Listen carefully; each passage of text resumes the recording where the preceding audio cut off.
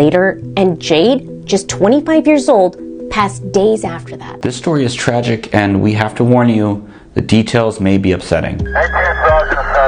This is Bridget Garcia, who at just 27 years old made history as the youngest mayor ever elected in her hometown in Ecuador. She had been a beacon of hope to many, helping to improve the lives of her fellow citizens through ambitious projects, like one that helped bring clean water into the town. But that all changed a couple days ago. That's when Bridget and her communications director were found shot dead in a car. And police say the gunshots came from inside the vehicle, leaving more questions than answers in a country that's already ravaged by violence and political assassinations. Ecuador has been rocked by gang violence as late-stage capitalism has increased the divide between the working class and the very rich. As wealthy multinational corporations demand more and more profits from impoverished nations, more and more workers are turning to the illicit drug trade to make money. That's led to a surge of violence in the country, which leaders have struggled to control. In January, Ecuador's president declared a national emergency. It's unclear exactly why Bridget was killed, but she was part of a reform group that had hoped to reduce violence in her country. Bridget's legacy and her unfinished work continue to inspire, even though we mourn her loss. Rest in peace, Bridget.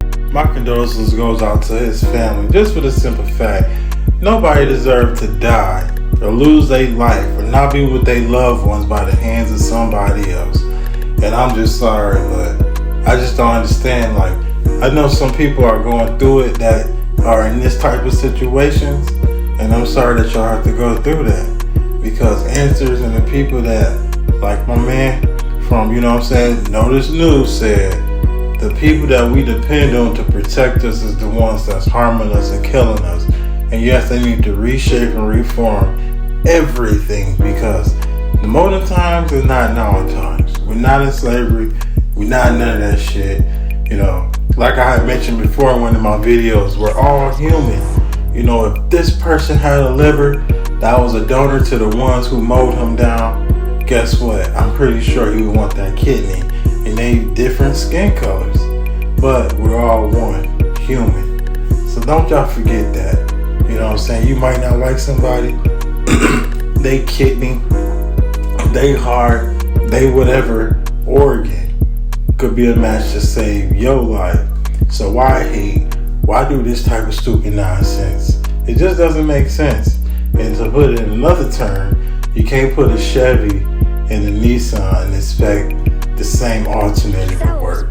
Because, you know what I'm saying, for the ones that get it, you know what I'm trying to say. Y'all just need to start doing better, and we need to start hoping that one day things will be better, and you know, we actually will be united, not divided. This story out of Nashville is tragic. This is 27-year-old Blaze Taylor, who was just hired by Texas A&M last week to be assistant coach. He also formerly played college for Arkansas State. He's been in the news lately, but not for sports. One night last year, he was reportedly with his girlfriend Jade Benning, a chef who was 5 months pregnant. But when she started to have some sort of allergic reaction, he called 911 and she was rushed to the hospital.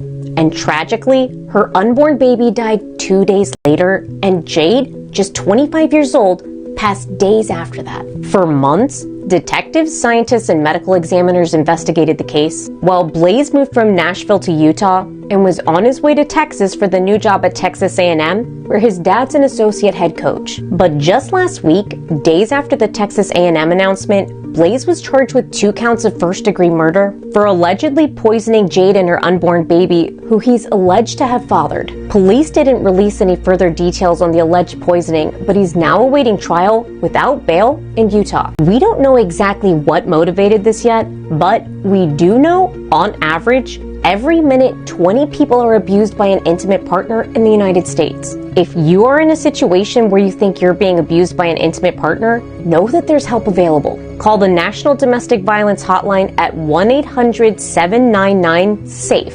You don't have to go through this alone. Man, that's crazy. And my condolences goes out to that family. Just because if he really did that, man, that's sick and twisted. How could you do that to a human being that happened to be the mother of your child along with your unborn child? Like, how could you even do that? Now, everybody have their own opinion of abortion. Me personally, I don't agree with it. But hey, for the ones that do, that's totally up to them. But I just know I can never take something that I create. And if he really did do that, I know they about to get him. And justice will be served. So it's a good thing he ain't try to flee the country or something like that. And if anybody going through anything, go ahead and hit that number up that the folks over at the Notice News provided. Because you're not in this alone. My sister lost her life. And there's plenty other victims to domestic like this lady who possibly and allegedly been murdered by the one who's supposed to be in love and all that stuff.